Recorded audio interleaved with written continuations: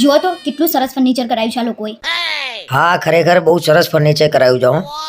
તો તમને ખબર ના પડે આવું કરાવડાવવાની? કેવું કરાવી મૂકી દીધું છે તમે તો.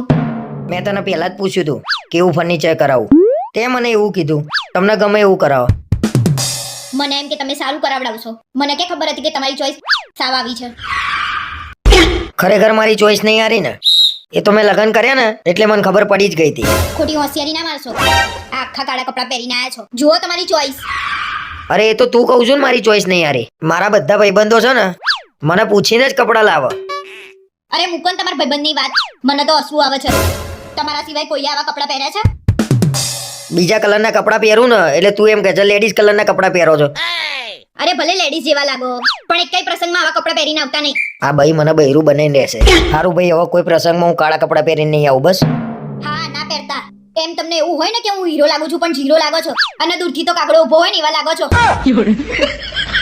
આમાં કાકડા જેવી હાલત થઈ ગઈ છે.